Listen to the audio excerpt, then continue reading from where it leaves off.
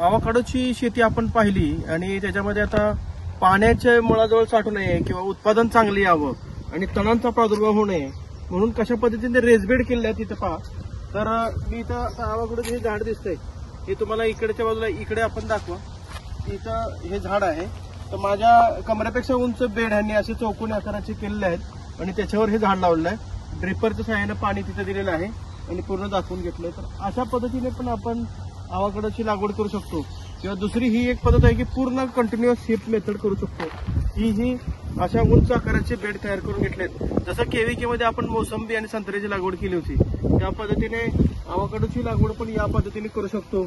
त्या दोन्हीमध्ये अंतर आपल्याला 20 फूट बाय 20 फूट आहे किंवा इथल्या तज्ञांच्या मते 20 फूट बाय 10 फूट किंवा 20 फूट बाय किंवा 15 फूट बाय 15 फूट या अंतरावर आपण याची लागवड करू शकतो.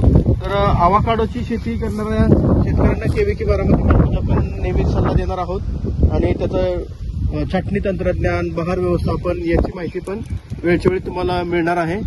तर आपण यासाठी सविस्तर केविके मध्ये येऊन भेटू शकता. धन्यवाद.